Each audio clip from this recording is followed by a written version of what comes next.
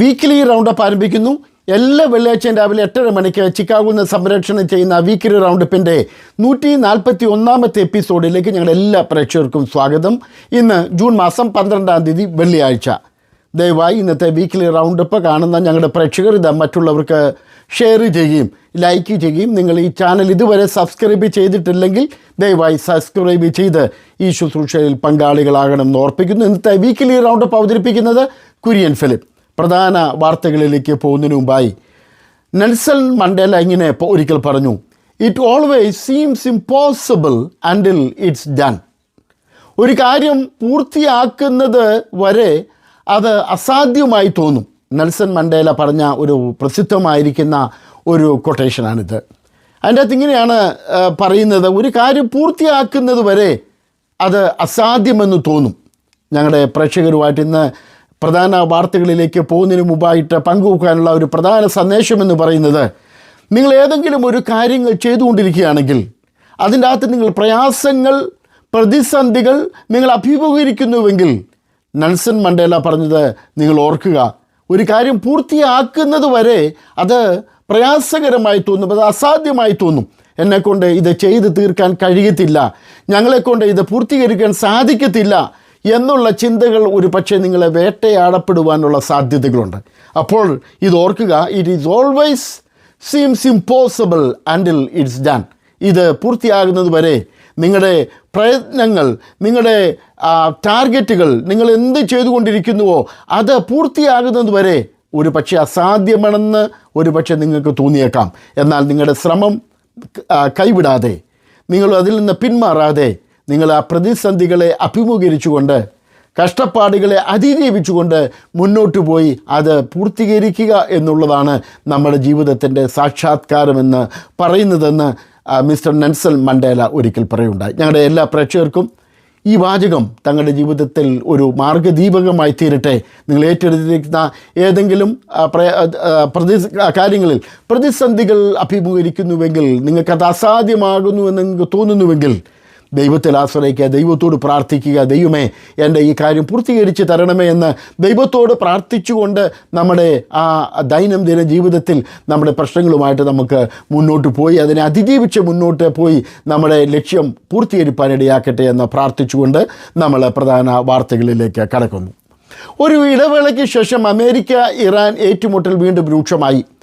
ഹോർമിസ് കടൽ ഇടുക്കിന് സമീപം അമേരിക്കയുടെ ഒരു ഹെലികോപ്റ്റർ ഇറാൻ വെടിവെച്ചിട്ടതിനെ തുടർന്നാണ് ഇറാനിൽ അമേരിക്ക ശക്തമായ വ്യോമാക്രമണം നടത്തിയത്. ഇതിനെ ഇറാൻ ശക്തമായി ചെറുത്തു. ഹോർമിസ് കടലിടുക്ക് ഇറാൻ പൂർണ്ണമായും കഴിഞ്ഞ ദിവസം അടച്ചു. ഇതോടെ അമേരിക്കയുടെ ആക്രമണത്തിൽ 3 ഇന്ത്യൻ നാവികരും മരണപ്പെട്ടതായി റിപ്പോർട്ടുകൾ പറയുന്നു.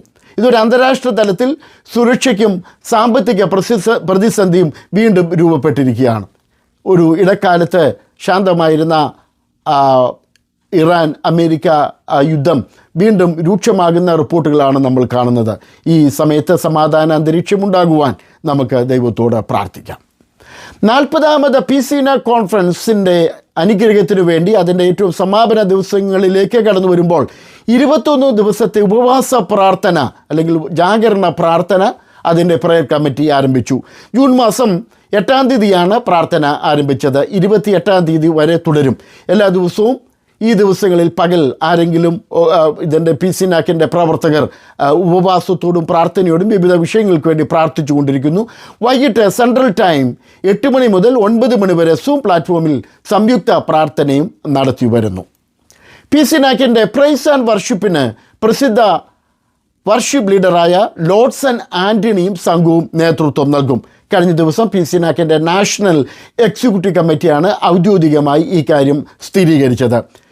കേരളത്തിൽ മാത്രമല്ല, ലോകത്തിൻ്റെ വിവിധ ഭാഗങ്ങളിൽ പ്രൈസ് ആൻഡ് വർഷിപ്പിന് നേതൃത്വം നൽകുന്ന പ്രമുഖ ഗാനരചയിതാവും ഗായകനും വർഷിപ്പ് ലീഡറുമാണ് പാസ്റ്റർ ലോഡ്സൺ ആൻ്റണി.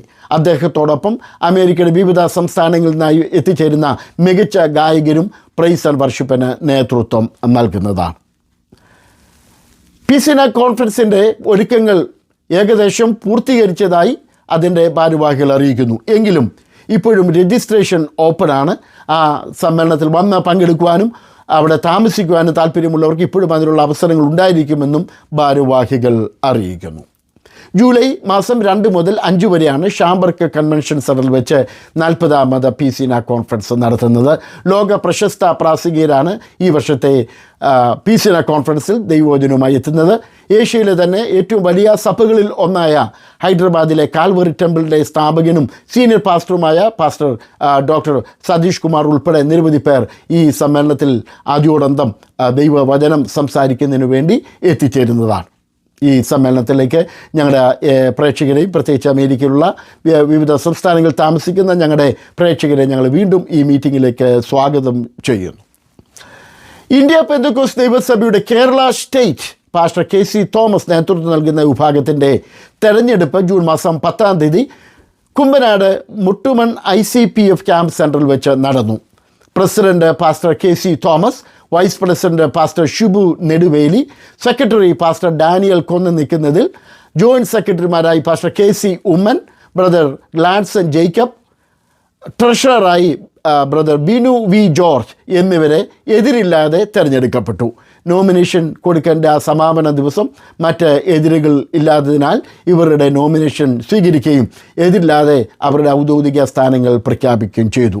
എന്നാൽ ജൂൺ 10-ന് നടന്ന തെരഞ്ഞെടുപ്പിൽ 84 കൗൺസിൽ അംഗങ്ങളെയും തിരഞ്ഞെടുത്തിട്ടുണ്ട്. അവരുടെ പേര് വിവരങ്ങൾ സഭാ കമ്മിറ്റി അവരുടെ വെബ്സൈറ്റിൽ പ്രസിദ്ധീകരിച്ചിട്ടുണ്ട്.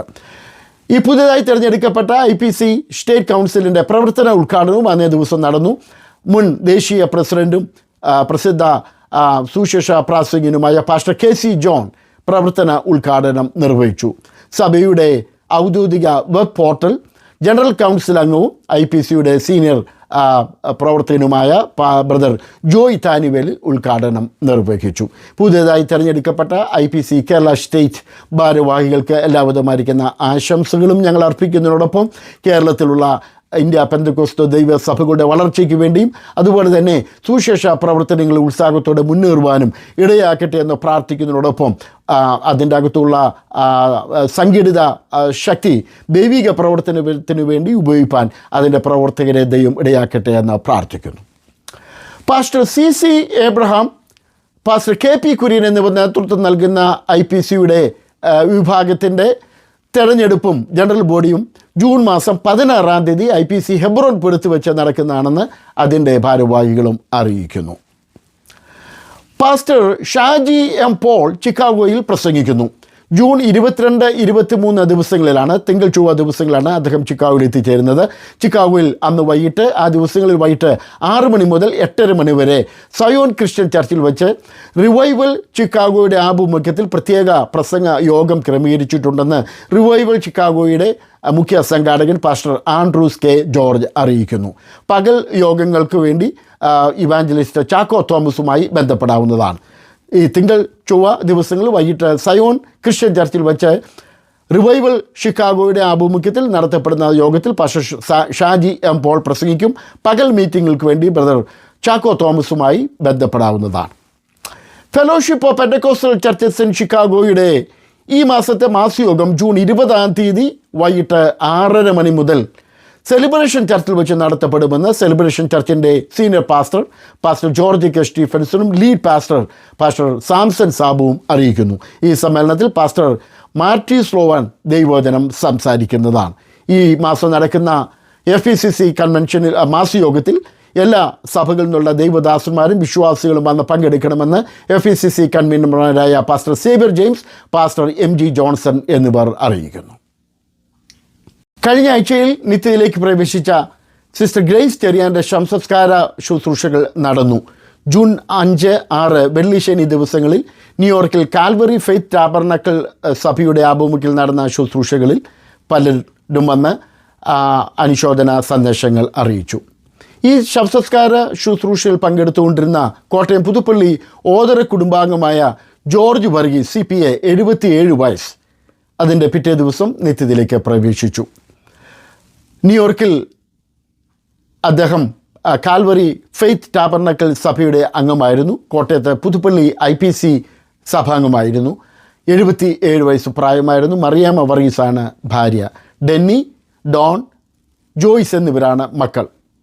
അദ്ദേഹത്തിൻ്റെ ശവസംസ്കാര ശുശ്രൂഷകൾ ജൂൺ മാസം 14 ഞായറാഴ്ചയും 15 തിങ്കളാഴ്ചയുമായി ന്യൂയോർക്കിൽ വെച്ച് നടക്കും. Sister Aleyamma John Dallas, brother OP Jacob Oklahoma, പരേതനായ OP Thomas, Andrews Philip Dallas, Sam Philip New York എന്നിവരാണ് സഹോദരങ്ങൾ. ദുഃഖിതരായിരിക്കുന്ന കുടുംബാംഗങ്ങളെ ദൈവം ആശ്വസിപ്പിക്കട്ടെ എന്ന് ഞങ്ങൾ പ്രാർത്ഥിക്കുന്നു. പ്രശസ്ത സാഹിത്യകാരനും ചരിത്രകാരനുമായ ശ്രീ ജോർജ് മണ്ണിക്കരോട്ട് ഹൂസ്റ്റണിൽ വെച്ച് നിര്യാതനായി. ഷിക്കാഗോയുള്ള പാസ്റ്റർ സോമൻ ഗീവർഗീസിൻ്റെ മാതൃ സഹോദരനാണ് നിര്യാതനായ ശ്രീ ജോർജ് മണ്ണിക്കരോട്ട്. അമേരിക്കയിലെ വിവിധ സാംസ്കാരിക സാമുദായിക സംഘടനകൾ അനുശോചനം രേഖപ്പെടുത്തി. മിഡിൽ ഈസ്റ്റിലെ പ്രധാന സഭയായ ദുബായ് എബന്നസർ IPC സഭയുടെ ഗ്ലോബൽ കുടുംബ സംഗമം ഓഗസ്റ്റ് 1 കുമ്മനാട് എലീം IPC ഹാളിൽ വെച്ച് നടക്കുമെന്ന് ഭാരവാഹികൾ അറിയിച്ചിരുന്നു.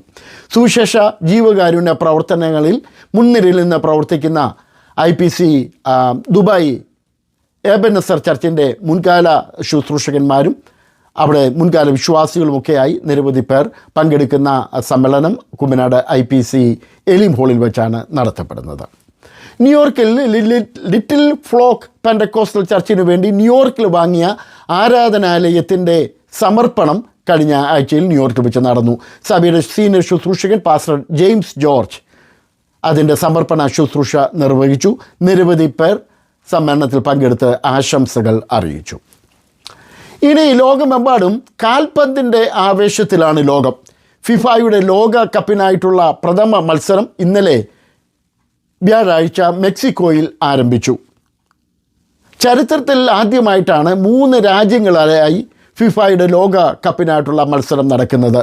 മെക്സിക്കോ, കാനഡ, അമേരിക്ക എന്നീ 3 രാജ്യങ്ങളിലാണ് ഈ വർഷത്തെ ലോക കപ്പിനായിട്ടുള്ള മത്സരങ്ങൾ നടക്കുന്നത്. അതിൻ്റെ ആദ്യ മത്സരം മെക്സിക്കോയിൽ കഴിഞ്ഞ ദിവസം ആരംഭിച്ചു. ജൂലൈ 19 ന്യൂയോർക്കിൽ അവസാനിക്കത്തക്ക രീതിയിലാണ് കളികളുടെ സ്കെഡ്യൂൾ ചെയ്തിരിക്കുന്നത്. ജൂലൈ 19 അറിയാം ഫിഫയുടെ ഈ വർഷത്തെ ലോക കപ്പ് ആർക്ക് ലഭിക്കുമെന്നുള്ളത്.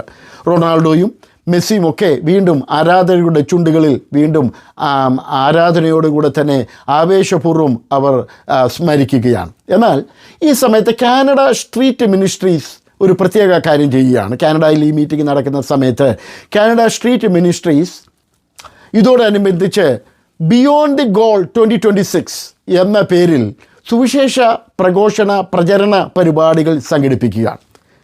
അവിടെ കടന്നു വരുന്ന നൂറുകണക്കിന് ആയിരക്കണക്കിന് ജനങ്ങളെ നേരിട്ട് കാണുവാനും അവരുടെ ആവശ്യങ്ങളിൽ സഹകരിക്കുവാനും അവർക്ക് വേണ്ടി പ്രാർത്ഥിക്കുവാനും അവരുടെ ആവശ്യങ്ങളൊക്കെ ചെലവഴിക്കുവാനും അതുപോലെ തന്നെ യേശുക്രിസ്തുവിൻ്റെ സ്നേഹത്തെ പ്രകീർത്തിരിക്കുന്ന ഗാനങ്ങളും അല്ലെങ്കിൽ ട്രാക്റ്റുകളും ഒക്കെ കൊടുത്ത് അവരെ ക്രിസ്തുവുമായിട്ട് ബന്ധപ്പെടുത്തുവാനും അതുപോലെ തന്നെ ജീവകാരുണ്യ പ്രവർത്തനങ്ങളിൽ ഏർപ്പെടുവാനും കാനഡ സ്ട്രീറ്റ് മിനിസ്ട്രി ഒരു പ്രവർത്തനം മുന്നോട്ട് വെക്കുന്നു.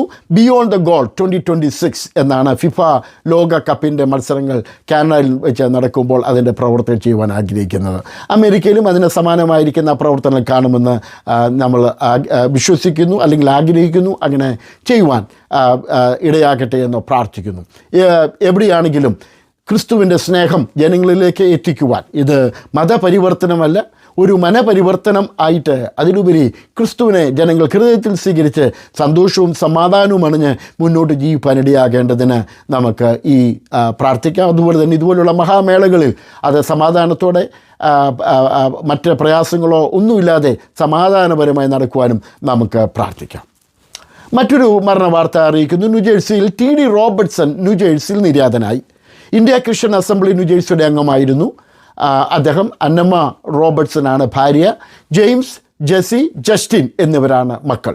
പന്തളം മത്തായിച്ചൻ എന്ന ദൈവദാസൻ്റെ കൊച്ചുമകനാണ് നിത്യയിലേക്ക് പ്രവേശിച്ച ബ്രദർ TD റോബർട്ട്സൺ. ന്യൂയോർക്കിലും അതുപോലെ തന്നെ ഇന്ത്യയിലും വിവിധ സുവിശേഷ ജീവകാരുണ്യ പ്രവർത്തനങ്ങളിൽ സഹായിക്കുന്ന ഒരു ദൈവഭൃത്യനായിരുന്നു TD റോബർട്ട്സൺ എന്ന് സഹവിശ്വാസികൾ രേഖപ്പെടുത്തുന്നു. സംസ്കാരം ജൂൺ 12 വെള്ളിയാഴ്ച ഇന്നും നാളെയുമായി ന്യൂജേഴ്സിയിൽ വെച്ച് നടക്കും.